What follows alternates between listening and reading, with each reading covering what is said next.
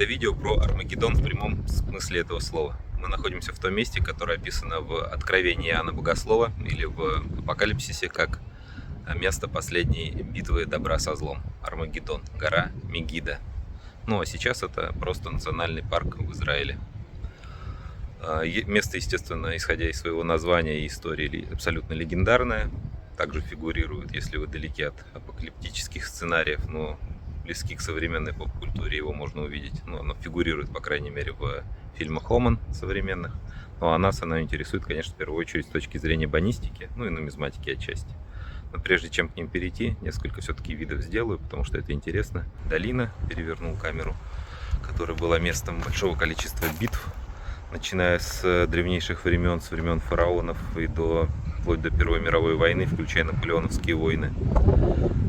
И где-то здесь, насколько я знаю, недавно относительно была обнаружена стоянка 6-го железного римского легиона. Того легиона, которому посвящена достаточно известна в русскоязычной среде песня «Орел 6-го легиона». Это тоже вот где-то было, в том числе и здесь. Ну а теперь, наверное, давайте все-таки перейдем к банкнотам. А теперь давайте перенесемся из древнего города Мегидо в спокойную обстановку, за стол, посмотрим те материалы, которые я привез из этой поездки, и обсудим, как, собственно, Армагеддон связан с современной бонистикой и нумизматикой. На что я хотел обратить внимание. На самом деле, я думаю, что большинство зрителей, кто в теме, они уже понимают, к чему я клоню, о чем идет речь. Я хочу обратить ваше внимание, что на всех практически материалах рекламных, каких-то справочных по этому городу, по этим раскопкам везде фигурирует одно и то же изображение. Изображение древней печати, которое было найдено во время проведения археологических раскопок в этом городе и, по сути, которое стало таким символом этого города. И именно это изображение в 1958 году было воспроизведено на оборотной стороне банкноты в 5 лир Банка Израиля, второго выпуска. Вот банкноты перед вами. Вот эти вот рекламные материалы, наверное, нам уже не понадобятся. Не рекламные, там туристические больше. А вот что касается банкноты, можно поговорить чуть-чуть поподробнее. Был единственный выпуск этой банкноты. Как вы понимаете, бонистика Израиля тоже входит в круг моих интересов и тоже с точки зрения изображений на банкнотах. И очень большой объем информации я черпаю для себя вот из этой книги, где максимально подробно описано все практически выпуски до текущего момента банкнот Израиля, в том числе с описанием очень классным исходных данных, откуда то или иное изображение взято, что было или кто был прообразом того или иного изображения и какие-то исторические факты. Если интересно, чуть-чуть могу задержать кому-то, почитать. Именно по этой банкноте мы говорим сегодня только про нее. Вот так вот размещу как-нибудь, потому что еще будут материалы. Вот так, да, пусть будет. Здесь краткий очерк, большое изображение той самой печати, которая сейчас находится в музее, но которая, как я повторюсь, очень часто воспроизводится в контексте этого города. Но это еще не все, еще я покажу вот такой артефакт, такую сувенирную карточку, такой, на самом деле, прямой аналог того, что делают американцы, тоже показывал в нескольких своих роликах.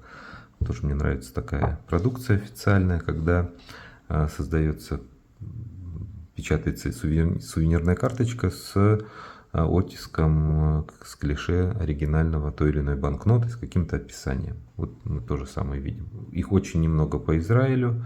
Как минимум есть точно по первому и второму выпускам банкнот. Может быть, я потом когда-нибудь покажу полной серии этих сувенирных карточек. И вот это вот отдельная, я не знаю, является ли она частью какой-то большой серии или была выпущена отдельно. Это 1984 год.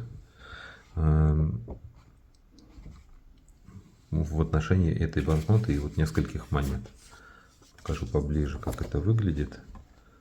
Естественно, это полное совпадение изображений. Можно по размеру сравнить, что они полностью совпадают, если это интересно. Ну и по изображению тоже, естественно. Так вот красиво. Ну, не знаю, как вам, мне точно красиво. Такая сувенирная карточка. Такая информация, тоже краткий очерк. Ну, здесь даже не очерк, а просто несколько фраз о том, что печать эта была найдена в Мегидо в 1904 году. Кстати, в книге сказано, что в 1908 году. Такое небольшое расхождение. И идет небольшое описание, что изображен рычащий лев и надпись на древнем иврите, что здесь написано имя чье-то, Шема, и он является слугой соответствующего царя Израиля. Царя Израиля, который правил в 8 веке до нашей эры. То есть так, действительно древний артефакт. И сказано еще о том, что этот лев изображен на 2 монетах израильских. И здесь будет редчайший случай, наверное, на моем канале, когда будет не только банкнота и банкноты, но и монеты. Я не смог удержаться и приобрел себе такой, ну, это, наверное, тоже туристический, можно считать, сувенир. Выпускает, это неофициальный выпуск, выпускает такой крупный дилер по Израилю, по банкнотам и по монетам. Видимо, такой способ до продажи недорогих дешевых монет, такой яркой туристической упаковки. Это картонная плотная карточка, даже не запаянная. Покажу полностью. Изображение того самого древнего города Мегидо с высоты птичьего полета. Это именно оттуда я делал начало своего сегодняшнего ролика.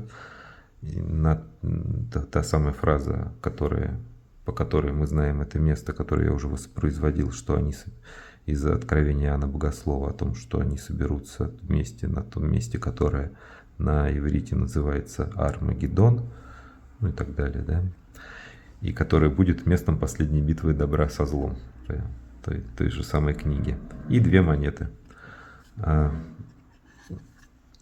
Покажу их, потому что, ну как, вот они монеты. Вот так вот, наверное, хорошо видно. Такая вот у меня сегодня история получилась. Банкнота со львом, еще 2 льва на монетах. Признаюсь, наверное, на монетах этот лев даже более выразительно выглядит. Вот такая сегодня необычная у меня история. Спасибо большое за ваше внимание.